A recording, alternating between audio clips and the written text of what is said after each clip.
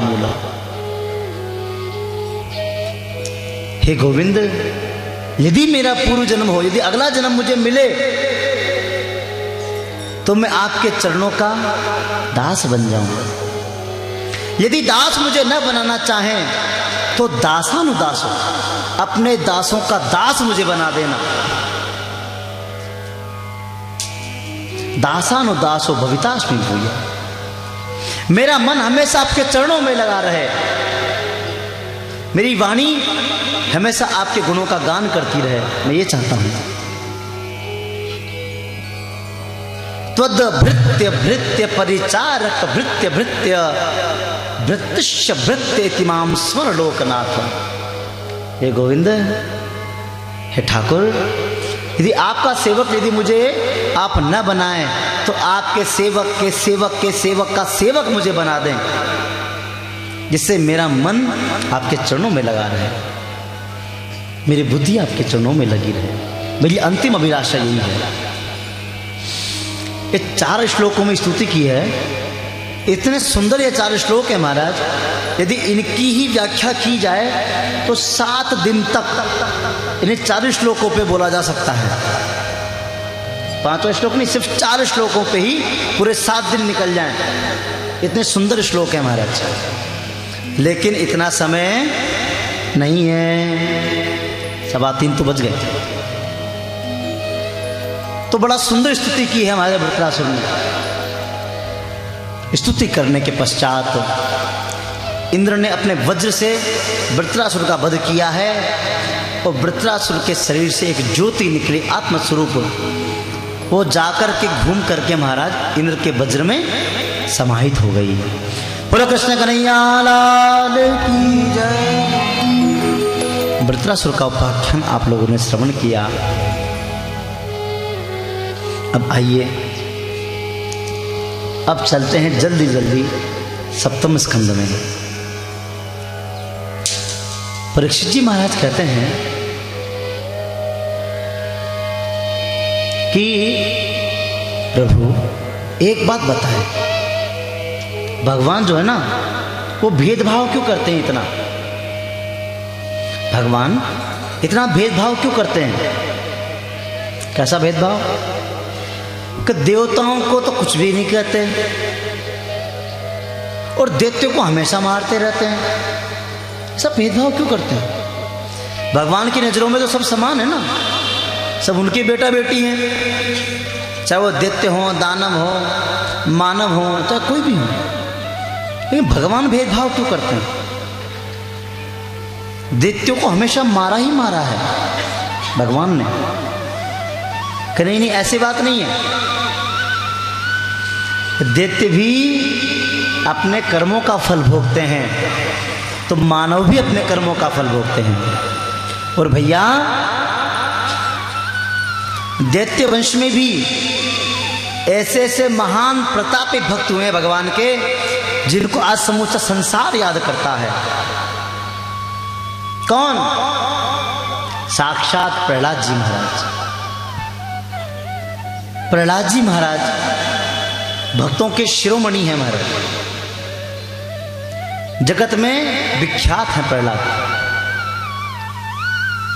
पिता कौन? हिरण्यकश्यप, माता कयाधु, उनकी संतान प्रहलाद।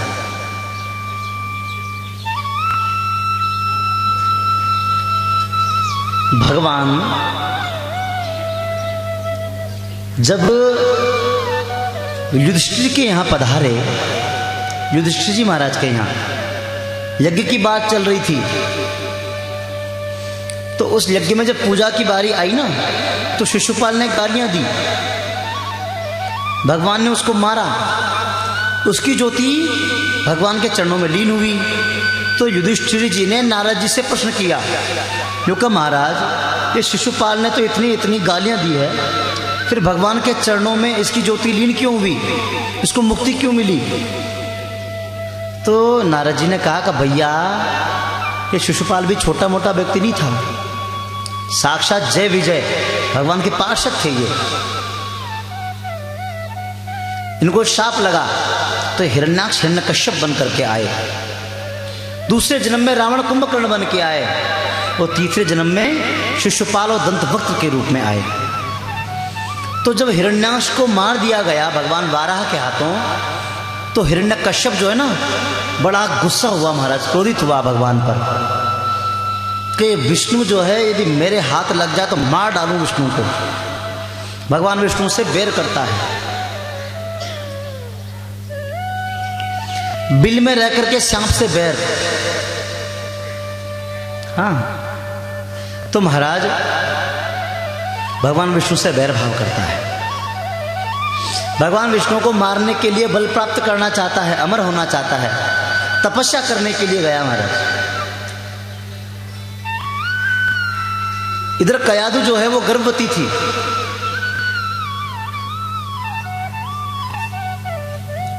जिस रात्रि को यह गर्भधारण हुआ था ना प्रहलाद का, उस रात्रि को कयादु ने 108 बार नारायण नाम का उच्चारण करवाया था छल बल से। हिरण्यकश्यप ने 108 बार नारायण नाम का उच्चारण किया था, तब जाकर के प्रहलाद जैसा भक्त गर्भ में आया। ऐसे तो वो गया तपस्या करने, इधर देवराज इंद्र कयादु को पकड़ के ले गए बंदी बनाकर, क्योंकि इसका बेटा पैदा होगा तुरंत मारेंगे। नारद जी ने बचाया कि भैया इसके गर्भ में तो साक्षात भक्तराज प्रकट होगा। गर्भ में ही शिक्षा दी नारद जी ने प्रहलाद जी को, और अभिमन्यु को शिक्षा प्राप्त हुई थी गर्भ में, है ना। इसलिए गर्भ में जब बालक हो ना, तो फालतू की चीजें मत सुनो महाराज। हाँ, मेरा तन डोले मेरा मन डोले, हाँ, ऐसा मत सुनो। फिल्मी गाते सुनते हैं महाराज, मेरे दिल के टुकड़े हजार हुए, कोई इधर गिरा कोई उधर गिरा, ऐसे ऐसे गाने सुनते हैं। गाने नहीं, ठाकुर की कथा सुनो, भजन श्रवण करो, जिससे अंदर गर्भस्थ जो बालक है उसके अंदर संस्कार पैदा हो। जननी जने तो भक्त जन, जननी जने तो भक्त जन, के दाता के सूर, मूर्ख से तो बाज भली, मती गवावे नूर। संस्कार बच्चे को गर्भ में पड़े महाराज, लेकिन संस्कार पड़े कैसे महाराज? नाटक देखने से फुर्सत नहीं मिलती। टीवी पर नाटक यात्रा चल रहा, नाटक न देखा तो रोटी न पचा महाराज। सास बहू की कहानी देखनी है ना, वो तो जरूरी। भगवान को नाम जरूरी कौन है? वो जरूरी है, नाटक देख लो। ऐसा नहीं। यदि बच्चे आपके पढ़े लिखे हैं तो बाजार से भागवत की प्रति खरीद के लाओ, रामायण खरीद के लाओ, महाभारत की कथा सुनो। बच्चे से कहो कि बेटा बैठ, 1 अध्याय 2 अध्याय गीता जी के सुना, हिंदी पढ़ के सुना। आपके घर का माहौल भी परिवर्तन हो और बच्चे के अंदर भी संस्कार पड़े। ऐसा तो करते नहीं है। छोटे छोटे बच्चे लेके फोन और साथ गेम खेलते हैं, फायर वाला गेम खेलते हैं। और कौन सा होता है? हाँ, पबजी, फ्री फायर। ये देखो महाराज, किताब का पाठ याद नहीं है लेकिन फ्री फायर याद है। देखो, ये संस्कार है बच्चों के। हम लोग हंस रहे हैं, हंसने की बात नहीं है, ये शर्म करने की बात है, डूब मरने वाली बात है। ये शर्म आनी चाहिए कि बच्चों को हमने अच्छे संस्कार नहीं दिए। फोन पकड़ाया बच्चों के हाथ में, ले बेटा। बच्चों में संस्कार डालें। आज जो हालत दिख रही है ना, यदि बच्चों के अंदर संस्कार होते तो ऐसी हालत नहीं होती हमारे समाज की। विधर्मी लोग बचपन से अपने बच्चों को कट्टरता सिखाते हैं कि बेटा कट्टर बन। कुरान पढ़ाते हैं जिसमें लिखा हुआ है कि रमजान का पाक महीना जब बीत जाए, हमने पढ़ा है कुरान, कुरान मजीद, कुरान शरीफ पूरा पढ़ा है हमने। स्पष्ट लिखा हुआ है जब रमजान का पाक महीना बीत जाए, जहां मुशरिकों का पाओ कत्ल करो। मुशरिक मतलब जो मंदिर में पूजा करते हैं, जो ठाकुर का दर्शन करते हैं, मूर्ति पूजा करते हैं, उसको जहां पाओ कत्ल करो, ऐसा कुरान में लिखा हुआ। तो मुस्लिम बच्चे वही सीखते हैं, वही काम करते हैं। जितने जिहादी हैं, जितने आतंकवादी हैं, सब वही काम है महाराज। हम कभी अपने बच्चों को संस्कार नहीं देते महाराज। उपदेश दिया नारद जी ने, संकल्प लें। भागवत के अंदर जब आए हैं, भागवत सुन रहे हैं, तो इस चीज का संकल्प लें कि बच्चों के अंदर संस्कार डालेंगे। कि शिक्षा का विरोध नहीं है, अंग्रेजी भी पढ़ाओ, हिंदी भी पढ़ाओ, लेकिन संस्कृत भी पढ़ाओ। संस्कृत में अपना तो धन्वंतरि के साथ साथ धन्वंतरि महाराज जो है अमृत का कलश लेकर के प्रकट हुए हैं। वो धन्वंतरि भगवान अमृत का कलश लेकर के दैत्य भाग गए हैं, भाग गए दैत्य कलश लेकर के महाराज। भगवान ने मोहिनी अवतार लिया, बोले मोहिनी भगवान की। मोहिनी अवतार को लेकर के दैत्यों को छला है कि भैया तुम्हें भी पिलाऊंगा, उनको पिलाऊंगा। पतला पतला तो देवताओं को और गाढ़ा गाढ़ा तुम्हें। देवता दैत्य मूर्ख होते हैं ना। अच्छा, आपको प्यास लग रही हो, एक गिलास पानी हो, कोई आपसे कभी ऊपरू पतलो पतलो तो मैं पी लूँ, और गाढ़ो गाढ़ो पानी थने पा दिया हूँ।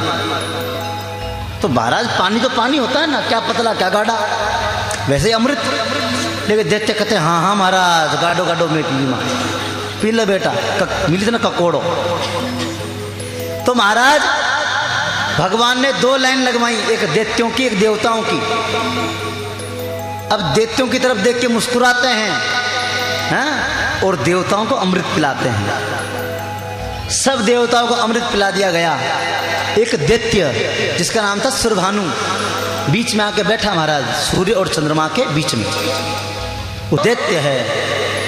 भगवान ने अपना स्वरूप प्रकट किया है और अपने चक्र से उस दैत्य के दो टुकड़े कर दिए, मार दिया उसे। लेकिन अमृत पी लिया था, इसे मरा नहीं महाराज। अब क्या करें, उसको भी नवग्रहों में स्थान दे दिया गया, राहु और केतु के नाम से। इस प्रकार से महाराज देवता को अमृत पिलाया, देवता बलवान हो गए। अब देवताओं में दैत्यों में युद्ध हुआ। उस युद्ध में राजा बलि मारे गए। राजा बलि मारे गए महाराज। बलि जब मारे गए, दैत्य जब मारे गए, फिर गुरुजी काम आए, शुक्राचार्य जी आए। महाराज शुक्राचार्य ने अपनी संजीवनी विद्या से समस्त दैत्यों को पुनर्जीवित किया है, जीवित किया दैत्यों को महाराज। और बलि के द्वारा एक यज्ञ करवाया। ओ मैया,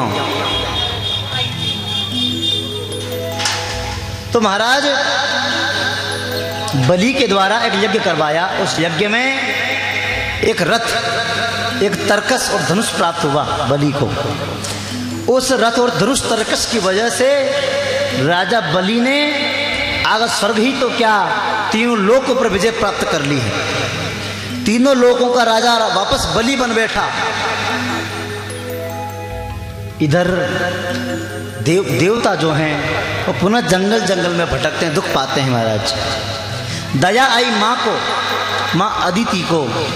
उन्होंने महाराज कश्यप से पूछा कि महाराज कोई ऐसा दिलवा दे।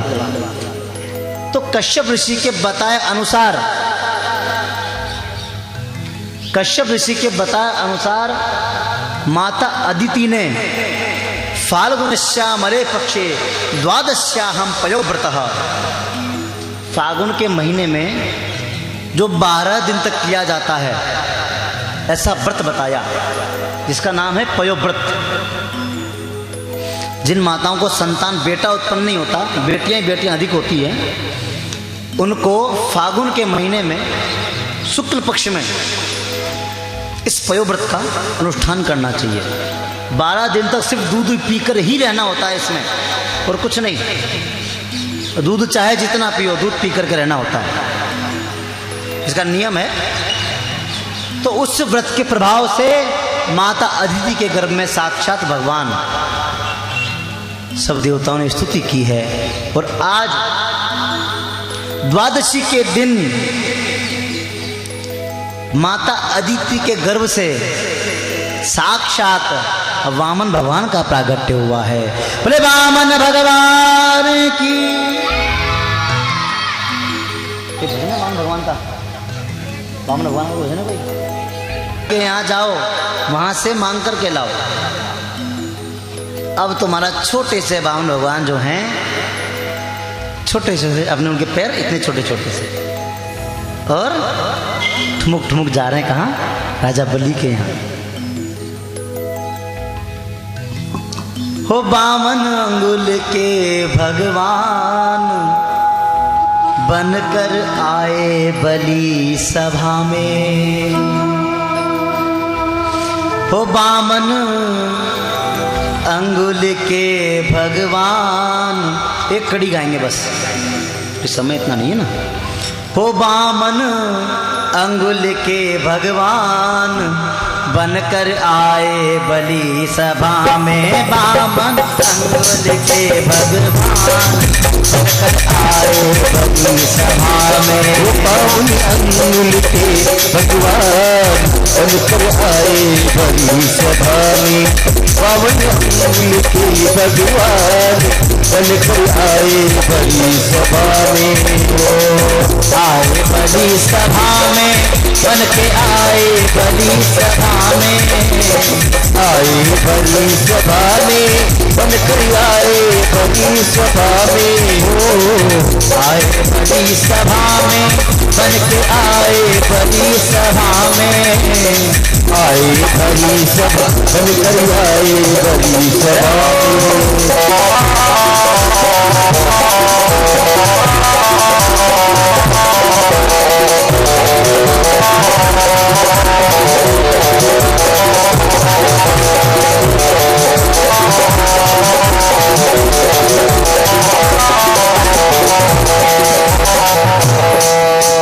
हाथ कमंडल प्यारो, छतरी को नखरा न्यारो है। हाथ कमंडल प्यारो, छतरी को नखरा न्यारो है। हाथ कमंडल प्यारो, छतरी को नखरा न्यारो है। हाथ कमंडल प्यारो, छतरी का नखरो न्यारो। देव थोड़ो थोड़ो दान करके आए सभा में।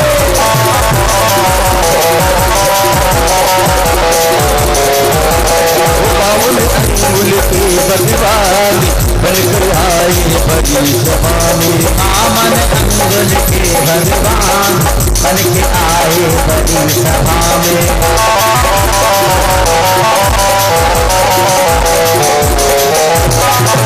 अरे भैया, ऐसा तो नहीं साक्षात सूर्य भगवान आ रहे हो, लेकिन नहीं, सूर्य तो मेरे यज्ञ में बैठे हुए हैं।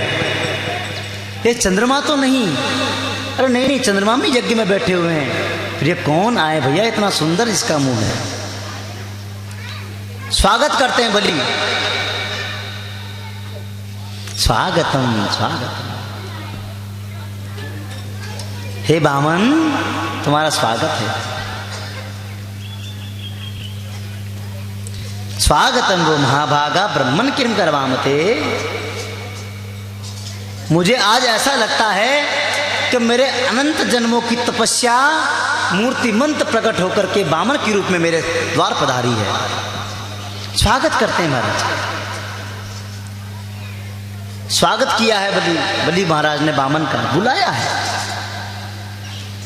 महाराज मैं आपकी क्या सेवा करूं? चरण धोए महाराज, सेवा कब महाराज जब आप हमारे यहाँ आए हो तो मांगिए, क्या मांगना चाहते हो?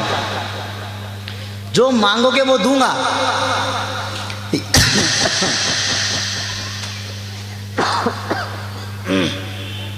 खांसी हो गई है, बूढ़ा हो गया रे भैया, ठीक करा। तो कहते हैं बलि कि यद यद वटो वांछस तत् प्रतीक्ष में। यद यद वटो वांछसी तत् प्रतीक्ष में गाम सुताम। गैया चाहिए आपको, गाय दूं, गाय का दूध पीना। आपको धन संपत्ति दे दूं। अच्छा, विवाह करना चाहते हो, किसी ब्राह्मणी कन्या से विवाह करवा दूं? विवाह विवाह नहीं करूंगा। क्यों? कब विवाह करने से विवाह तो हो जाएगा, पर रहने की व्यवस्था वो भी मैं कर दूंगा। विवाह रहने की व्यवस्था भी कर दूंगा, महल महल दिलवा दूंगा आपको, धन संपत्ति की व्यवस्था कर दूंगा।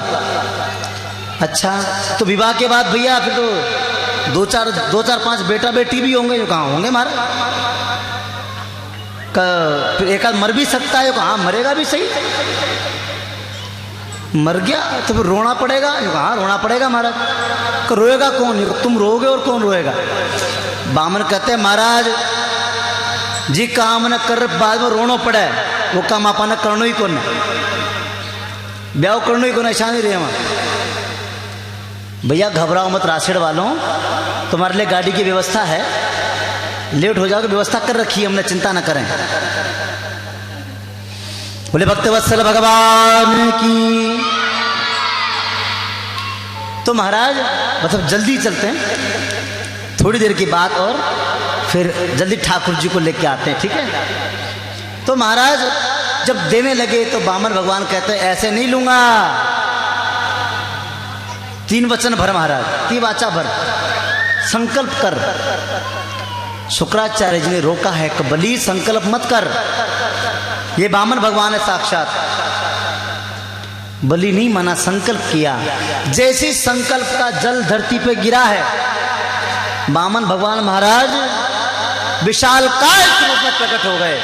विराट स्वरूप धारण कर लिया बामन भगवान ने, और एक पग से ऊपर के सब लोग नाप लिए।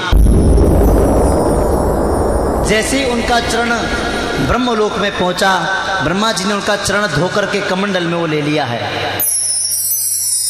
और तो और दूसरे चरण से नीचे के जितने लोग थे सब नाप लिए।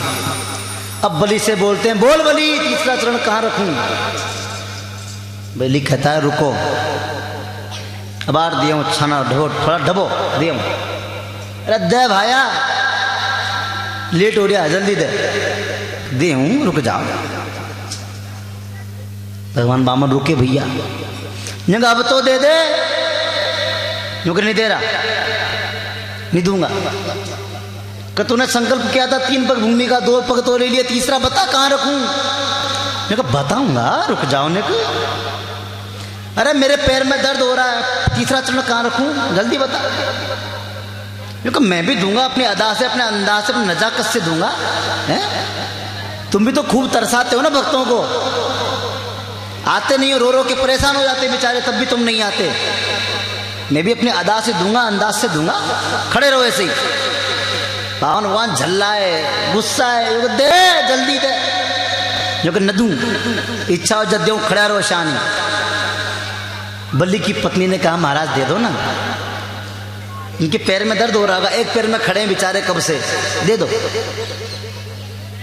बलि को भी दया आ गई महाराज, क्योंकि तुम तो खूब सताते हो, तरसाते हो भक्तों को, रो रो के पुकारते जब आते हो, लेकिन चलो देता हूं। बलि ने कहा महाराज तीसरा पग यदि लेना चाहते हो तो पदम तृतीयम कुरु सृष्टि में निजम, तीसरा पग मेरे सिर पर धारण कर दो महाराज, और मुझे कुछ नहीं चाहिए।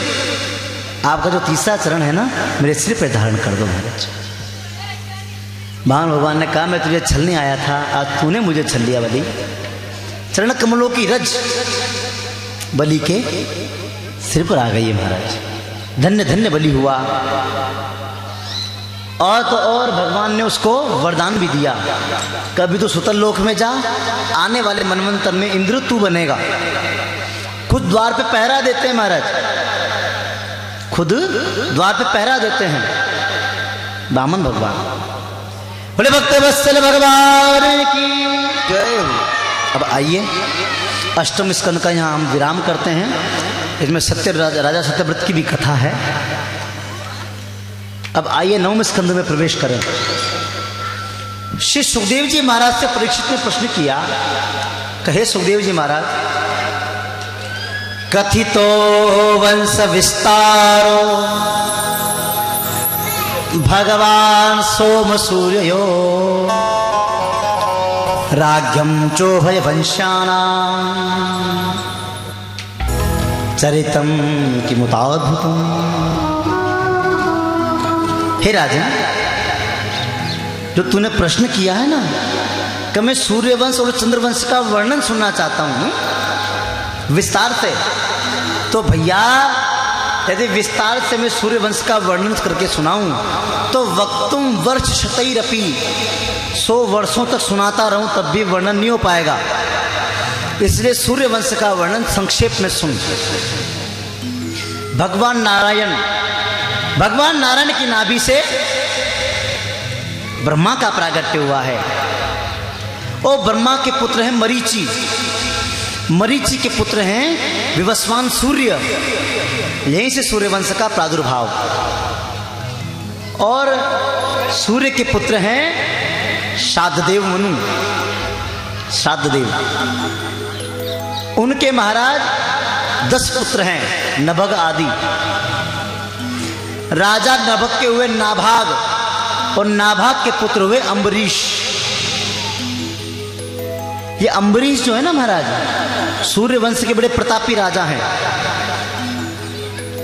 भगवान की भक्ति करते हैं और एकादशी का व्रत करते हैं महाराज। किसका व्रत? 11 को व्रत का है। 11 का व्रत तो अवश्य करना चाहिए महाराज। और व्रत आप करो या न करो कोई फर्क नहीं, लेकिन 15 दिन में एक बार एकादशी का व्रत तो अवश्य करना ही करना चाहिए। सब किया करो महाराज। क्यों? क्योंकि आपने लैपटॉप या कंप्यूटर देखा होगा ना, उसमें भी रिफ्रेश का सिस्टम आता है, रिफ्रेश करना पड़ता है उसे भी। उसी प्रकार ये मनुष्य का शरीर है महाराज, ये मशीन है। इतना इतना खाते हो महाराज, सुबह खाए, शाम खाए, दिन में खाए। ये जो मशीन है ना, छोटी आंत, इनको भी थोड़ा वक्त दिया करो रिफ्रेश होने का, इनको भी आराम मिल जाए। महाराज आराम तो देते नहीं है, 24-24 घंटा ठूसो महाराज, ठूसो। तो 15 दिन में एक बार शरीर की मशीनों को आराम मिल जाए। फलाहार कर सकते हो आप तो जल्दी पच जाए, भोजन बहुत देर में पचता है। तो 15 दिन में एक बार आने वाली एकादशी का व्रत तो जरूर करो। 11 को व्रत तो करना ही छावे महाराज। हाँ, भगवान भी प्रसन्न होंगे और शरीर भी स्वस्थ रहेगा। ध्यान रख रहे हो ना? तो एकादशी को 11 को व्रत जरूर करना चाहिए। एकादशी कब? 14 तारीख को आ रही है ना। 14 तारीख को एकादशी का व्रत है महाराज, 11 को व्रत है। तो कथा भी सुन रहे हो आप लोग, कथा भी सुन रहे हो, और कथा के बीच में यदि एकादशी का व्रत रह लिया जाए तो सोने पे सुहागा। इसलिए एकादशी का व्रत अवश्य आरंभ करो। फलाहार ले लीजिए। एकादशी का व्रत कैसे किया जाता है? सुबह और शाम दोनों समय फलाहार किया जाता है महाराज। ऐसा नहीं कि एक समय तो व्रत रह लो, दूसरे में ठूस ठूस के खाओ, इतना नहीं। दोनों समय व्रत रहे महाराज, उसका ध्यान रखें। तो महाराज अम्बरीश जी महाराज भी एकादशी का व्रत रहते हैं। एकादशी का जिस दिन उद्यापन करना चाहते थे, दुर्वासा ऋषि आए महाराज। दुर्वासा जी को भी निमंत्रण दिया कि महाराज ते भी भोजन कर जो। तो दुर्वासा चले गए नदी पे संध्या बंदन करने, लेट हो गए, परायण का समय निकला जा रहा है। राजा अम्बरीश ने ब्राह्मणों के कहे अनुसार भगवान का चरणामृत लेकर के जैसे ही पीना चाहा, दुर्वासा जी पधार गए। अगर तूने मुझको निमंत्रण दिया, मुझको बिना खिलाए पहले तू खा रहा। महाराज में तो चरणामृत ले लो भगवान को ना, शाप दूंगा तुझे। अपने जटा उखाड़ के धरती पे दे मारी। एक राक्षसी प्रकट हुई कृत्या नाम की, उससे कहा जा अम्बरीश को मार डाल। लेकिन भगवान के भक्तों की रक्षा तो हमेशा भगवान करते ही है ना। भगवान ने अपना सुदर्शन चक्र छोड़ा है महाराज अम्बरीश के पास। तो जैसे सुदर्शन चक्र आया, उस चक्र ने कृत्या राक्षसी को भस्म कर दिया। वो दुर्वासा के पीछे पीछे दौड़ा महाराज। दुर्वासा जी त्रिलोकी में घूम रहे हैं, कोई शरण देने वाला नहीं मिला। ब्रह्मा जी ने, विष्णु ने, सबने भगा दिया कि भैया उसी के पास जा। दुर्वासा ऋषि पुनः त्रिलोकी में घूम करके अम्बरीश महाराज के पास आए हैं, उनके चरणों में गिरे हैं। तब जाकर के उनको शांति प्राप्त हुई। भगवान कहते हैं मैं भी तेरी रक्षा नहीं करूंगा, क्योंकि तूने भक्त का अपराध किया है और मैं भी भक्तों के अधीन हूं। अहम भक्त पराधीनो यस्वसंत द्विज। मैं भी भक्तों के अधीन हूं भैया, भक्त की शरण में जा। तो एकादशी का व्रत अवश्य करें। बोले भक्त वत्सल भगवान की। आगे जाके इसी वंश में एक राजा हुए जिसका नाम था सगर। राजा सगर के दो पत्नियां, एक का नाम सुमति, एक का नाम केशिनी। सुमति के 60,000 पुत्र, केशिनी के पुत्र असमंजस। राजा सगर यज्ञ कर रहे थे, अश्वमेध यज्ञ।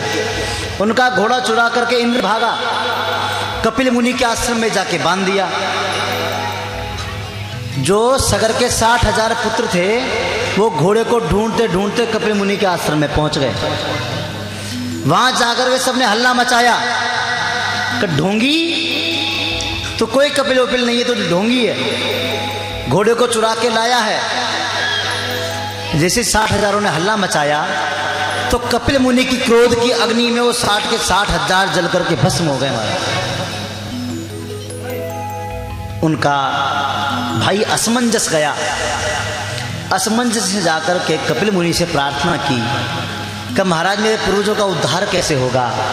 तो उन्होंने कहा कि जब तक गंगा मैया नहीं आएगी धरती पे तब तक तेरे पूर्वजों का उद्धार नहीं हो सकता।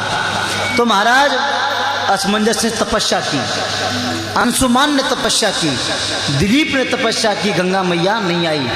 लेकिन जैसे भगीरथ ने तपस्या की है तो साक्षात गंगा माँ प्रकट हुई है। कहने लगी कि मैं आ तो जाऊंगी लेकिन मुझे झेलने वाला कोई होना चाहिए। यदि कमजोर हुआ तो उसको लेके पाताल में चली जाऊंगी महाराज। भोले बाबा की तपस्या की, भोले बाबा को प्रसन्न किया।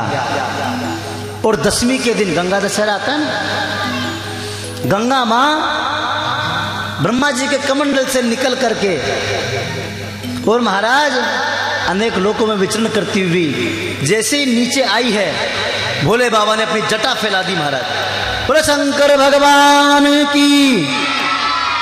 भोले बाबा ने अपनी जटा फैला दी, गंगा जी समा गई महाराज और जटा को लपेट के अंतर्धान हो गए। महाराज फिर तपस्या की। महाराज आपके लिए नहीं, मेरे पूर्वजों के उद्धार के लिए गंगा माँ को प्रकट किया था मैंने। तो जटा में से एक जटा खोली है महाराज, नाम जटा शंकरी पड़ा। और गंगा माँ वहाँ से निकली उनकी जटाओं से और आज भी पूरे जगत को आप्लावित कर रही है महाराज। भगीरथ जी आगे आगे और गंगा मैया पीछे पीछे बहती हुई जा रही हैं। एक जगह जन्नू नाम के ऋषि तपस्या कर रहे थे, उनके टाट कमंडल सब बहा दिए महाराज। ऋषि को क्रोध आया, गंगा जी को पी गए चुल्लू भर के। भगीरथ ने पुनः प्रार्थना की है तो अपनी जांग फाड़ करके उनको निकाला। नाम जाह्नवी कहलाया, गंगा मैया का नाम जाह्नवी। पुनः महाराज आगे जाके सप्त सरोवर में सप्त ऋषियों की प्रदक्षिणा करते हुए ऋषिकेश, हरिद्वार इत्यादि बड़े बड़े महानगरों को हम सबको पतित पावन करते हुए गंगा मैया सागर के अंदर समा गई हैं। बोलो गंगे मैया की, गंगे माता की जय जय। तो महाराज गंगा मैया के दर्शन करने से या 100 योजन दूर बैठकर भी यदि गंगा माँ का नाम उच्चारण कर लिया जाता है तो भी पाप धुल जाते हैं महाराज। तो महाराज गंगा मैया ने उनके पूर्वजों का उद्धार किया है, उसी प्रकार से आज समस्त जगत का कल्याण गंगा मैया करती आ रही है। इसी वंश में आगे चलकर अनेक पीढ़ियों बाद राजा हरिश्चंद्र पैदा हुए। राजा हरिश्चंद्र के बारे में सब जानते होंगे, सत्यवादी राजा हरिश्चंद्र। चंद्र टरे सूरज टरे टरे जगत व्यवहार, पर राजा हरिश्चंद्र को टरे न सत्य विचार। अनेक पीढ़ियों बाद इसी वंश में आगे जाकर के राजा पैदा हुए खटवांग। खटवांग के दीर्घबाहु, दीर्घबाहु के रघु, रघु के अज और अज के दशरथ पैदा हुए महाराज। दशरथ के कोई संतान नहीं थी। गुरु वशिष्ठ के पास गए हैं, गुरु जी के पास गए। गुरु जी ने कहा धरऊं धीर हो हई सुत चारी। एक नहीं 4 पेड़ उत्पन्न होंगे भैया बेटे। वशिष्ठ मुनि ने श्रृंगी ऋषि को बुलाया है, यज्ञ करवाया है, और उस यज्ञ में साक्षात अग्निदेव प्रकट हुए चरु लेकर के तीनों माताओं को दिए गए। और समय आने पर तीनों माताओं के गर्भ से संतानें उत्पन्न हुई है महाराज। रामचरित बिल्कुल सूक्ष्म रूप से हम लोग कहेंगे, क्योंकि अब कन्हैया को लेके आना है ना, ज़्यादा समय नहीं, बस थोड़ी देर में कन्हैया भी आ जाएंगे। तो महाराज होता क्या है कि समय आने पर तीनों माताओं के गर्भ से बालक उत्पन्न हुए। माता कौशल्या के गर्भ से साक्षात रामलला प्रकट हुए हैं। माता कैकेयी के गर्भ से भरतलाल जी प्रकट हुए हैं। और सुमित्रा के गर्भ से 2 बालकों ने जन्म लिया महाराज। उनका नामकरण संस्कार किया गया। आइए हम भी उनके जन्म में आनंद लेते हैं। बोले रामलला की भय प्रगट कृपाला दीन दयाला कौशल्या हितकारी। भय प्रगट कृपाला दीन दयाला कौशल्या हितकारी। हर्षित महतारी मुनि मनहारी अद्भुत रूप विचारी।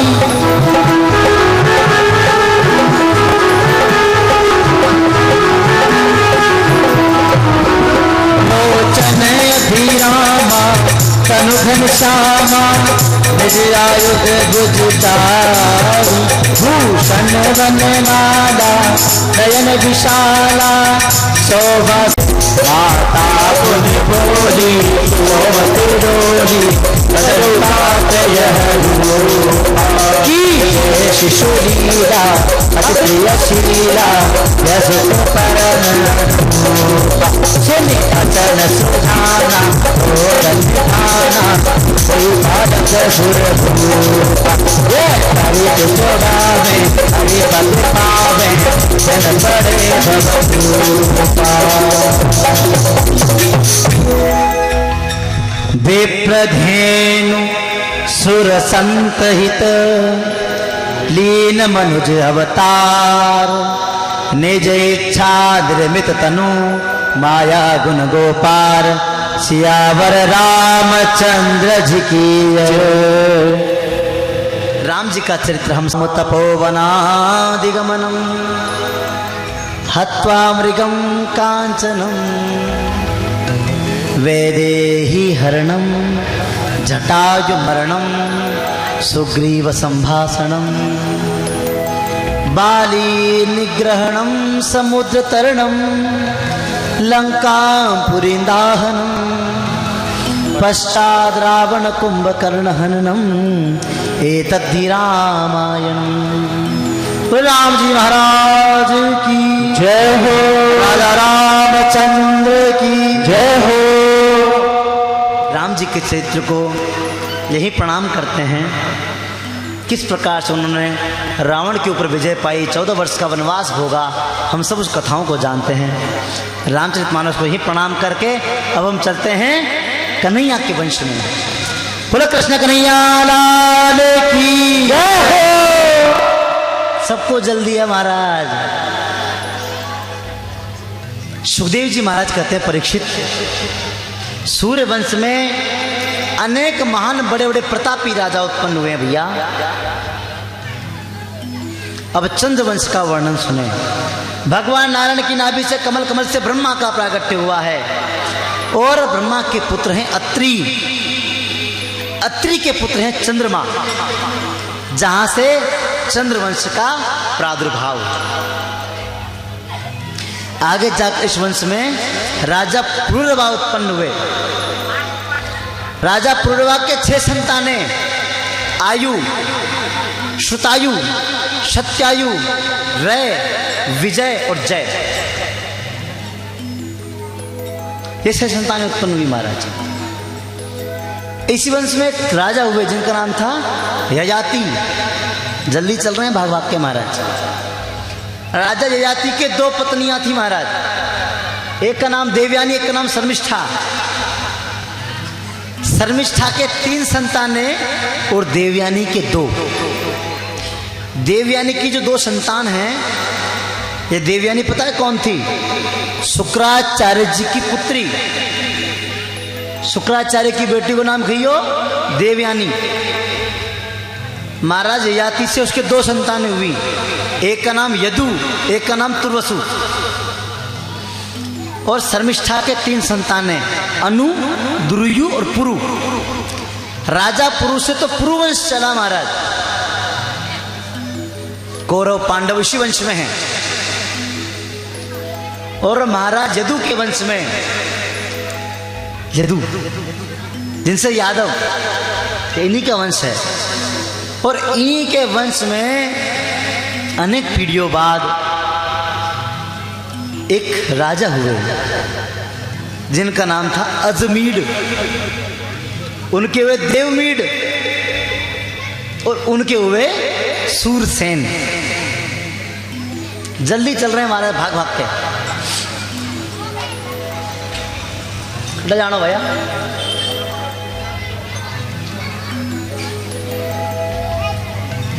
झूठ बोलता है। 5:15 बजे अभी तो भैया। कोई बात, ठाकुर जी आने वाले हैं, 5-10 मिनट और रुक जा। तो महाराज होता क्या है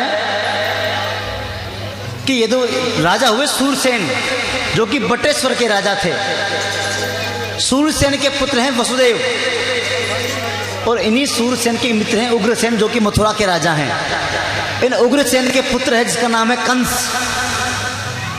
ध्यान देना महाराज, कंस की चचेरी बहन है। कितनी? 7 बहनें चचेरी। 6 का विवाह तो कंस की सहमति से वसुदेव जी के साथ कर दिया गया है। ये कंस बड़ा अत्याचारी है महाराज, बड़ा दुराचारी है। कंस के बारे में क्या वर्णन करें, आप सबको पता है। सबसे छोटी बहन थी देवकी। जब भी आज विवाह योग्य हुई है तो कहा गया अब इसका विवाह किसके साथ करें? तो कंस ने कहा महाराज जहाँ 6 बहनों का विवाह हुआ है वहां देवकी का भी कर दिया जाए। तो कंस की सहमति से आज धूमधाम से देवकी का विवाह भी वसुदेव जी के साथ में कर दिया गया। खूब महाराज दहेज वगैरह डायजो खूब दियो महाराज। जब विदा होने लगी देवकी तो रथ की जो लगाम थी ना घोड़ों की, कंस ने खुद ने पकड़ी महाराज। विदा करने के लिए जा रहा है, उधर आकाशवाणी होती है, कहे कंस जिसके विवाह में तू इतना खुशहाल है उसी देवकी का 8वीं संतान, उसी देवकी का 8वां गर्भ तेरा काल होगी। तेरा काल। आकाशवाणी हो गई महाराज।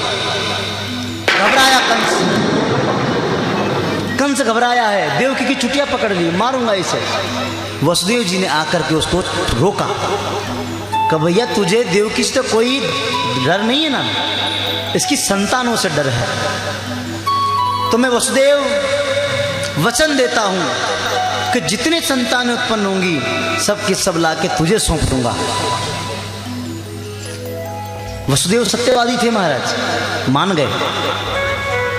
समय आने पर वसुदेव देवकी से प्रथम संतान पैदा हुई।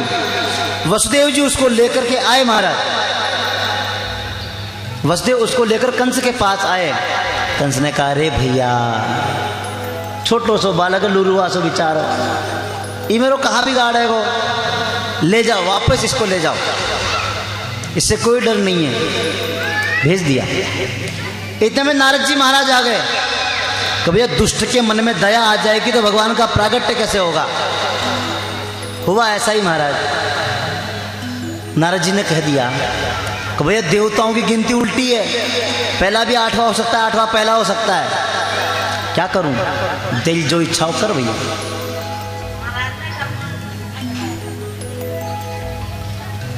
तो महाराज होता क्या है, वापस संतान को मंगाया है और एक शिला पे पटक करके उस बच्चे को मार दिया। वसुदेव देवकी को भी जेल में बंद कर दिया। नारद जी ने कहा है कि सब देवी देवता हैं ये और कोई नहीं है, तुझको मारने के लिए प्रकट हुए हैं। वसुदेव देवकी को जेल में बंद किया है। आज 1 2 3 4 5 6 संतानों का वध कर दिया है महाराज। धरती त्राही माम पुकार उठी। गौ का रूप लेकर के देवताओं को साथ लेके गई है भगवान के पास कि महाराज अब अत्याचार मुझसे सहन नहीं होता। भगवान ने आशीर्वाद दिया कि तुम देवताओं से कहा कि तुम जा करके ब्रज में मथुरा में कोई ग्वाल बाल बनो, कोई गोपी बनो, कोई बंदर बनो, कोई भालू बनो, मैं वहां अवतार लेकर के जल्दी आ रहा हूं। 7वीं बार में बलदेव जी को भेजा। बलदेव जी मतलब बलराम जी, दाऊ दादा। 7वीं बार में माता के घर में वो आए, लेकिन माया के द्वारा देवकी के गर्भ का आकर्षण करके उसको ब्रज में वसुदेव जी की एक पत्नी जिसका नाम रोहिणी था, माता रोहिणी के गर्भ में स्थानांतरण कर दिया गया। वहां दादा का जन्म हो गया। बोल बलराम जी महाराज की जय हो। अब इधर 8वीं बार में माता देवकी के गर्भ में साक्षात प्राण पुरुषोत्तम का आगमन हुआ है। माता देवकी का चेहरा एकदम दमक उठा महाराज। कंस घबराता है देख करके, तो हो न हो इसके गर्भ में अब तो मेरा काला आ चुका है। अलीगढ़ से बड़े बड़े ताले मंगवाए गए, जेलों में ठकवा दिए गए महाराज। बेड़ियों से बांध दिया गया वसुदेव जी को, बेड़ियां लगा दी गई, जंजीरों से बांध दिया गया। आज चैत बैसाख जेठ अर्थात श्रावण का महीना बीता है, भादों का महीना आया, कृष्ण पक्ष का महीना आया महाराज। प्रतिपदा द्वितीया तृतीया चतुर्थी पंचमी षष्ठी सप्तमी तिथि बीती, अष्टमी तिथि आई। रात्रि के 12 बजे महाराज सुनसान एकदम अंधेरा। पूरी प्रकृति आज भगवान का स्वागत करना चाहती है, पूरी प्रकृति। बादल भी घुमड़ घुमड़ के आ रहे हैं महाराज। बड़ा सुंदर वातावरण हो रहा है। यमुना मैया अपने उफान पे बह रही है। सरोवरों के अंदर पुष्प विकसित हो रहे हैं रात्रि में। और ठीक 12 बजे महाराज पहले देवता आए। देवताओं ने आकर के भगवान की गर्भ में स्तुति की। सत्यव्रतम सत्य परम त्रिसत्यम सत्य सत्यम निहतम च सत्य। भगवान के सत्य स्वरूप परमात्मा की स्तुति की है। स्तुति करने के बाद जैसे देवता चले गए तो कंस के कारागार में, मथुरा की जेलों में साक्षात पुराण पुरुषोत्तम भगवान श्री कृष्ण का अवतार होता है। बोलो कृष्ण कन्हैया लाल की जय हो। कन्हैया का प्रागट्य हुआ है महाराज। अब तो कन्हैया ने प्रकट होकर के पहले सब समझाया कि मैं जब जन्म ले लूंगा उसके बाद तुम मुझे छोड़ करके यहाँ से ले करके कहाँ जाना, गोकुल, वहाँ मुझे छोड़ के आना, मैं यहाँ नहीं रहूँगा, ठीक है ना। वो जो गोकुल छोड़ के आना, तो वहां जो कन्या उत्पन्न हुई होगी उस कन्या को लेकर के तुम यहाँ। ऐसा ही हुआ जैसे प्रागट्य हुआ है महाराज। कान्हा छोटे से लाला बने हैं और छोटे से लाला के रूप में जैसे परिवर्तित हुए, तो महाराज जैसे परिवर्तित हुए हैं, अब कन्हैया को आने में थोड़ी देर लग रही है। कन्हैया को बुलाओ जल्दी जल्दी महाराज। अब तो जैसे वसुदेव जी ने कन्हैया को एक सूप में रखा, सूप वो जो होता है ना नाच फटकने का, छाछ लो, हमारे यहाँ उसको सूप बोलते हैं। हाँ, यमुना जी देखती उफान पे आ गई महाराज। बैठ जाओ। यमुना जी उफान पे आ गई हैं, वसुदेव जी डूबने वाले हैं। कन्हैया ने अपना पैर लटकाया है और पैर छू करके यमुना जी एकदम घोटू घोटू हो गई भैया। आइए हम भी कन्हैया का स्वागत करें। स्वागतम कृष्णा, स्वागतम कृष्णा, स्वागतम कृष्णा, स्वागतम कृष्णा, स्वागतम,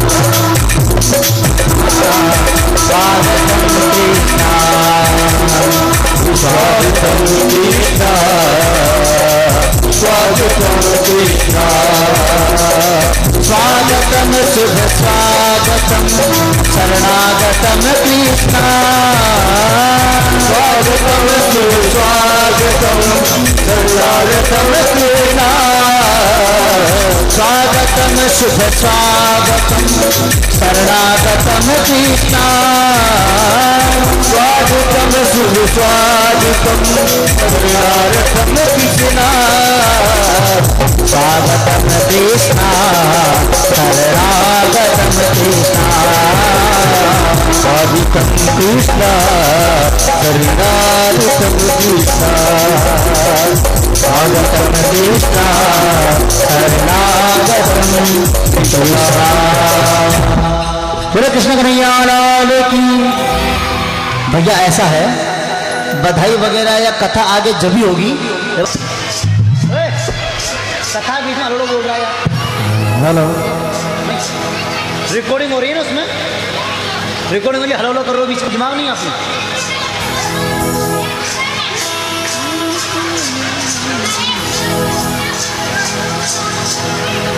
बोले भक्त वत्सल भगवान की। तो महाराज वसुदेव जी जैसे ही वहां पहुंचे हैं, सब सोए हुए थे महाराज। ओ बहन जी, सब सोए हुए थे ब्रजवासी। एक मिनट भैया रुको, बैठ जाओ, सभी बैठ जाओ, 1 मिनट के लिए सभी शांत हो जाओ। बोले भक्त वत्सल भगवान की। अब चुप हो जाओ। तो महाराज जैसे ही वसुदेव जी लेकर के गोकुल पहुंचे हैं, सब योग माया में सोए हुए हैं। लाला को लेके पहुंचे, माता यशोदा के बगल में लाला को सुलाया है और वहां से जो कन्या थी उस कन्या को लेकर के पुनः मथुरा आए हैं। मथुरा में जैसे ही पहुंचे, जेल के जो दरवाजे थे अपने आप लग गए, हथकड़ियां बेड़ियां लग गई महाराज।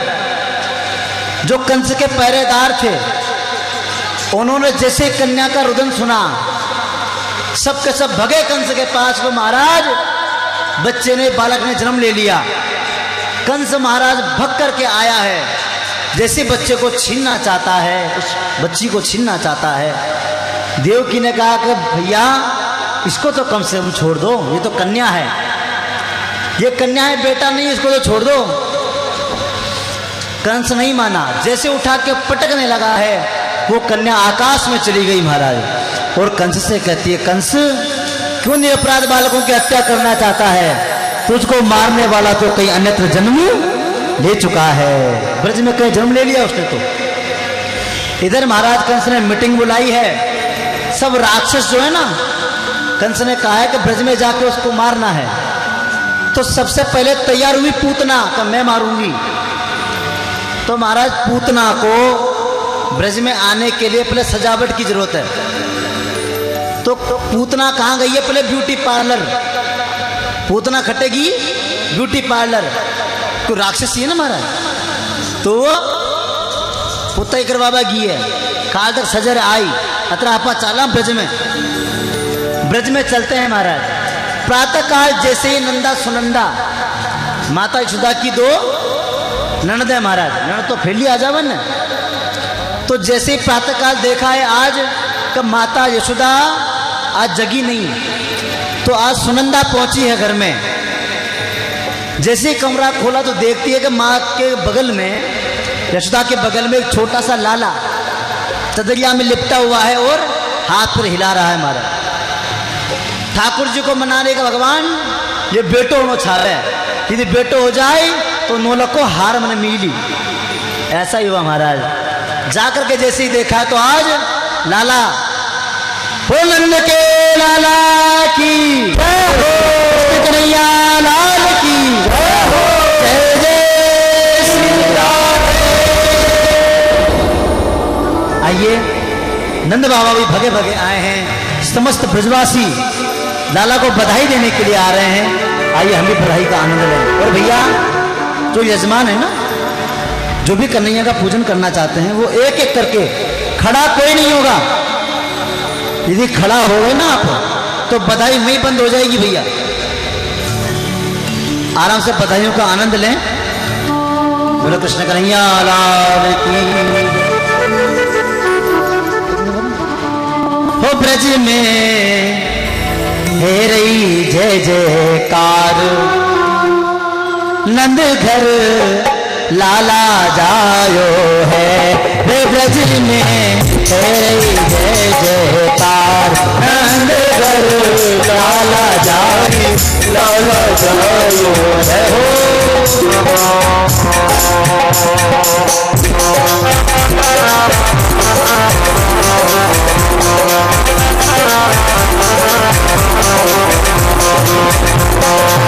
लाला जायो है ब्रज में, लाला जायो है, लाला जायो है ब्रज में, लाला जायो है ब्रज में। जय जयकार नंद घर लाला जायो है ब्रज में, हो रही जय जयकार नंद घर लाला जायो है। ग्वाल बाल सब हिल मिल गावे, ग्वाल बाल सब हिल मिल गावे, युद्ध के युद्ध नंद घर आवे, युद्ध के युद्ध नंद घर आवे। ग्वाल बाल सब हिल मिल गावे, ग्वाल बाल सब हिल मिल गावे, युद्ध के युद्ध नंद घर आवे, युद्ध के युद्ध नंद घर आवे। ब्रह्मानंद समान आज सुख सजन पायो है ब्रज में, हरे जय जयकार नंद घर लाला जायो है ब्रज में, जय जयकार नंद घर लाला जायो है।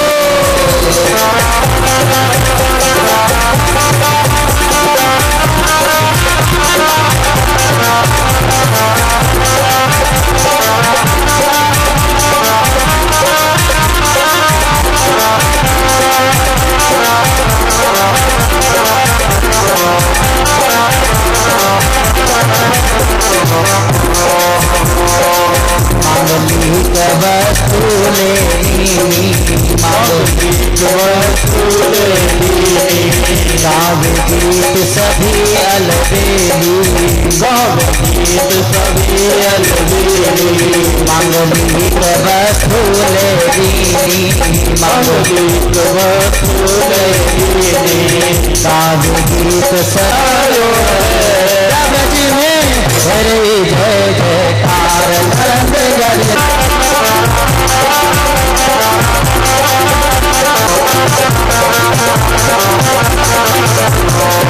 लाला जायो है ब्रज में, लाला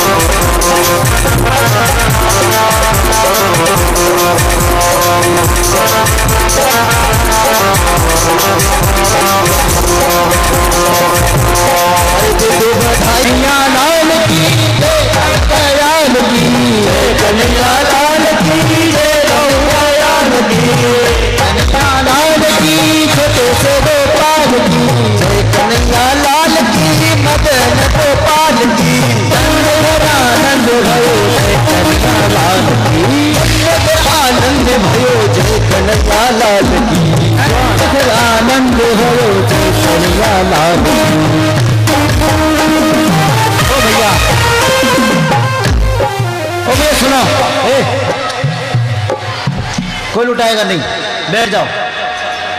लाल की लाल की छोड़ो गोपाल की भयो जय कन्हैया लाल की नंद के आनंद भयो जय कन्हैया लाल की नंद के आनंद भयो जय कन्हैया लाल की जय कन्हैया लाल की जय दयाल की जय कन्हैया लाल की मदन गोपाल की मदन गोपाल की कन्हैया लाल की मदन गोपाल की नंद के आनंद भयो जय कन्हैया लाल नंद के आनंद भयो जय कन्हैया लाल की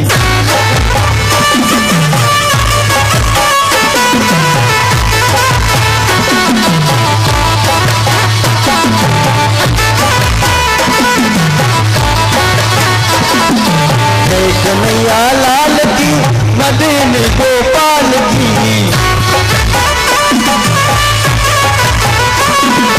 जय कन्हैया लाल की मदन गोपाल की नंद के आनंद भयो जय कन्हैया लाल की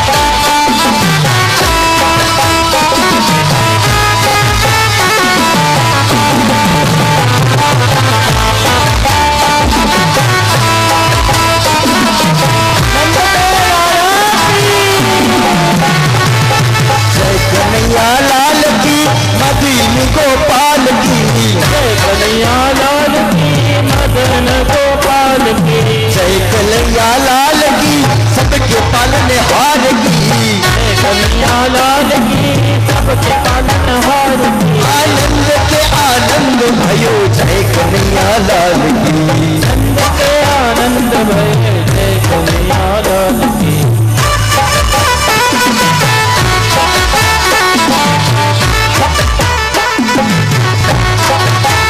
स्वागन को हाथ घोड़ा भूषण गोपाल की स्वागन को हाथ घोड़ा भूषण गोपाल की स्वागन को हाथ घोड़ा भूषण गोपाल की नंद के आनंद भये जय कन्हैया लाल की नंद के आनंद भयो जय कन्हैया लाल की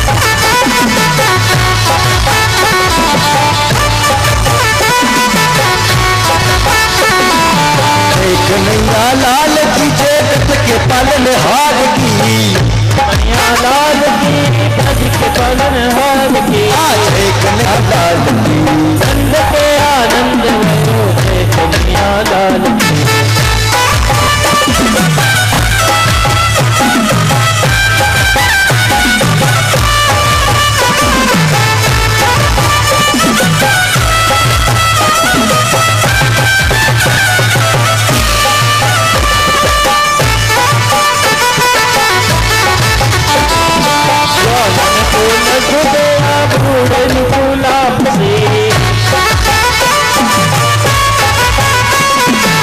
स्वागन को लड्डू बेड़ा भूषण गुलाब से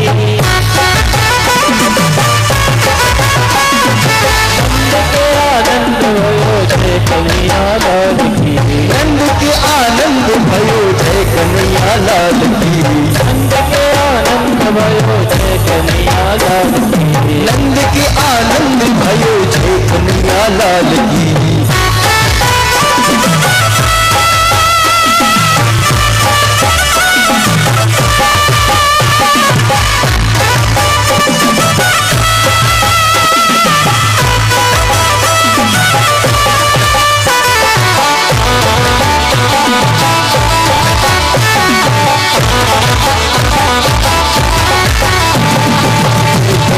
लाल की मदनी गोपाल की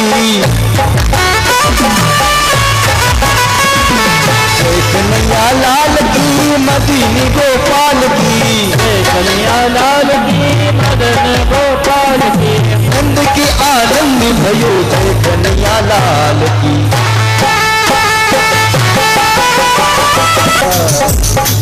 भूलना जिसने के लिए आई यशोदा मैया दे दो बधाई। सभी बच्चे बैठ जाए, बड़े बच्चे बैठ जाए। भगवान की आए हुए दूर से उनको जाना भी है भैया।